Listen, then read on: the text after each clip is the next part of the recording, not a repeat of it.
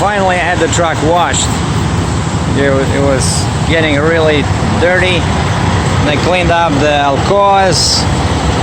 Now I'm just waiting. The guy will he will shine the tires, like the sidewall. And I had a little boo-boo at the port. You see this? I hit a concrete barrier. Luckily I didn't damage this, but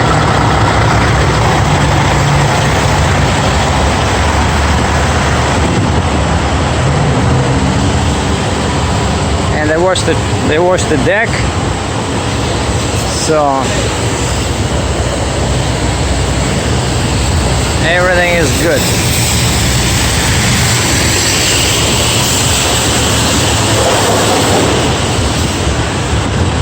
Yeah, see the guy working over there. Yeah, and so that mishap happened when I was unloading the Caterpillar. And lucky for me, that's just an insert, you know, insert that closes the gap between the wheel and the bumper. So the bumper is fine.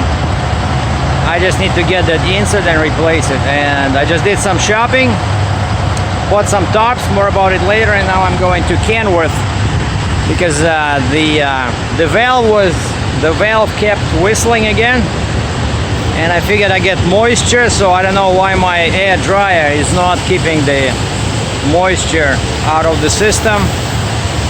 So I'm gonna go and replace the filter. Should probably have tried the TA first. This is, you know, this is a back of a Flying J, and there's no spots. You know, they have these blocked off because there you have to pay for, you know, it's more. I think it's like 25 and 35 bucks, right? I didn't want to pay that. And this guy running around here, and he says, I asked him, I said, do you have any spots? I said, where I can park? I said, I don't want to pay for this. I just want to park. And he says, okay, how long are you going to stay? I said, 1 day. And he says, okay, I'll let you back in because he says, because you're so long. And he takes one cone off, lets me back in, and then I see he's sitting there in his truck. Hold on, let me just switch this off because I was doing some personal conveyance stuff. I got a sign.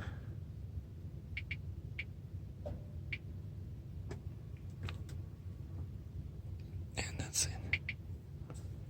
Yeah, so now I just gotta go to the truck stop and get some cash.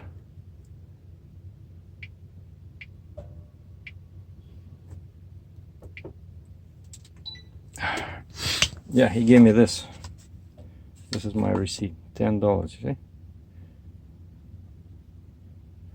And what I was doing at the Kenworth over there, after the wash, I went to the Kenworth to pick up the dryer. This is a cartridge for my air dryer. And this is the stuff that I bought this morning at the utility trailer. Some bungee cords, a couple of tarps, and some oversized load signs. I got 3 of these, and I got some protectors.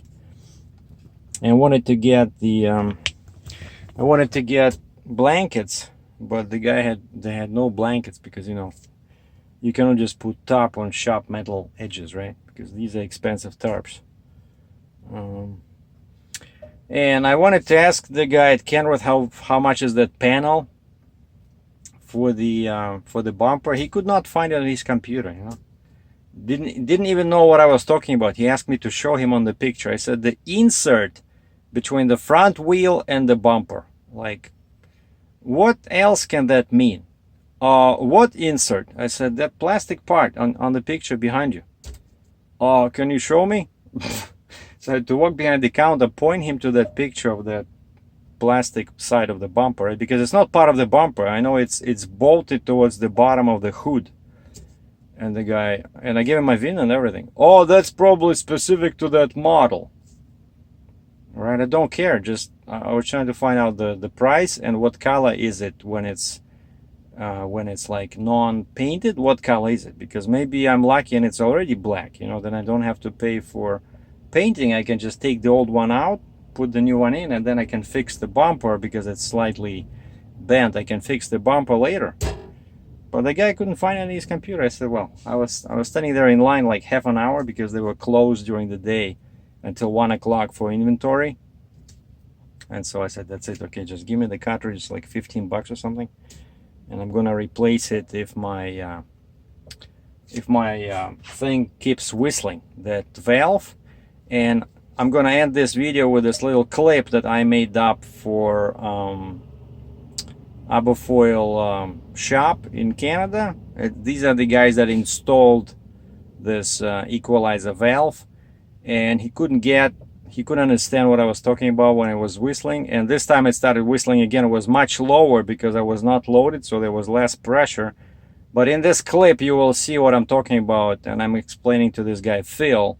So this is the problem. So I don't know, maybe it's just caused by moisture in my tanks because I didn't drain them regularly, but maybe there's something wrong with the valve. So here's the clip. And so today was pretty much day of shopping for me, right? And washing the truck and the trailer. And so I'm not sure what time my load will be over from Mexico, maybe Monday, maybe Tuesday, but tomorrow I'm gonna leave from here and go towards Laredo. So here's the clip.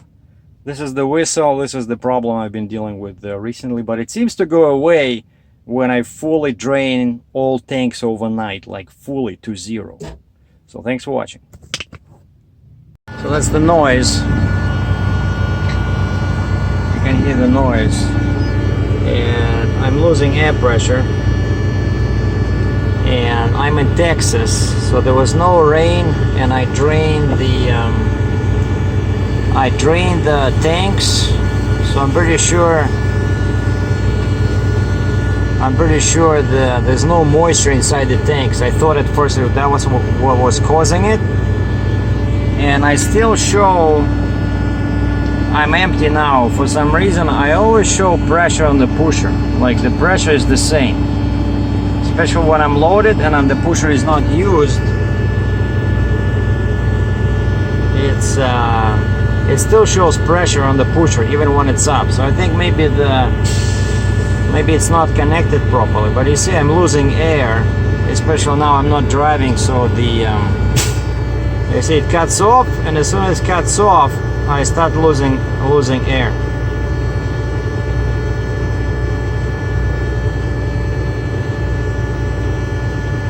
Because the valve is not closing, and that's what makes that sound. It's actually much quieter now. Before it used to be like first time it happened, it was very, very loud. You see, I'm losing air.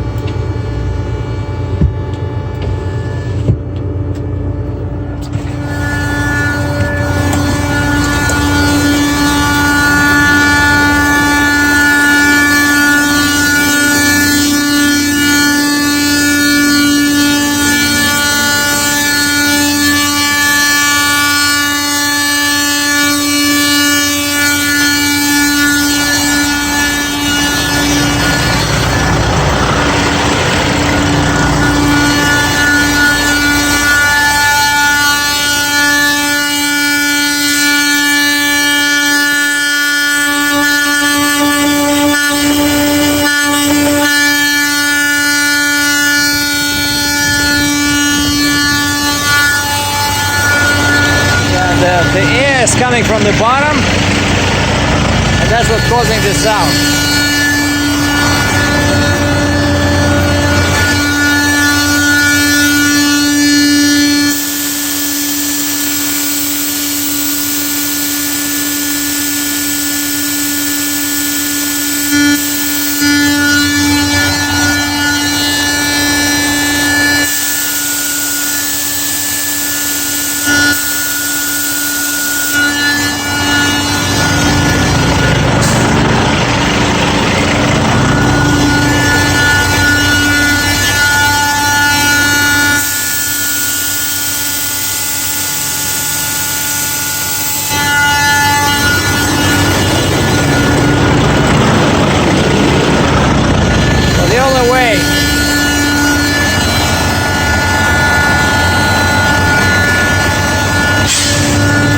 to stop this bullshit is to drop the air.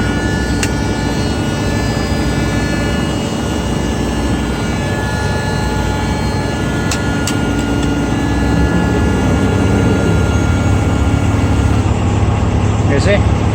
And the sound stops when there's no air.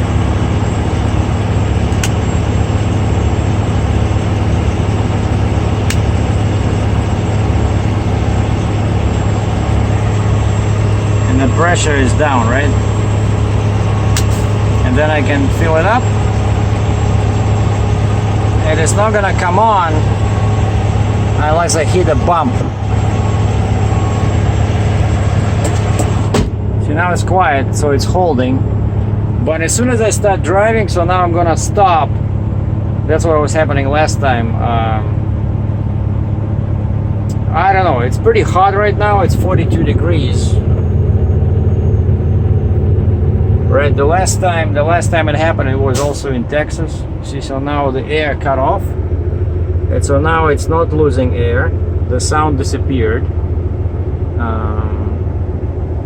But like I said, as soon as I start driving, I know, and I hit like a bump, for some reason it cannot just close. The thing, I don't know, maybe it's overheated or something, but again, as you can see, it's wrong. It's not supposed to have pressure on the pusher axle, because the pusher is up now. Right now the pusher is down and nothing is changes on the pressure. So it should be 0 when the pusher is up. So I want you guys to fix it. Like, if you cannot fix it, maybe the valve is defective.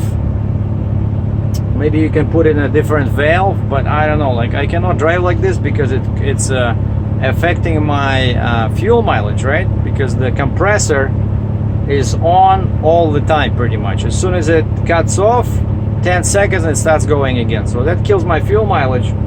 And also it's an audible leak because it's pretty loud. So I go through any scale, I will get a ticket.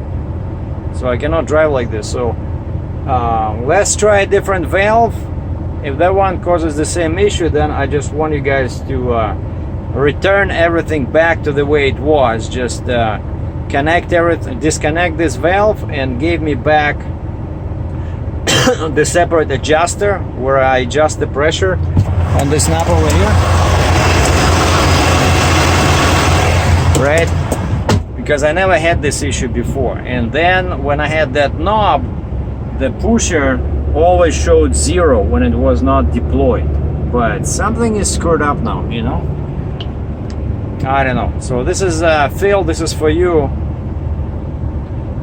So I'm in Texas now. I'm gonna stop by once I'm back.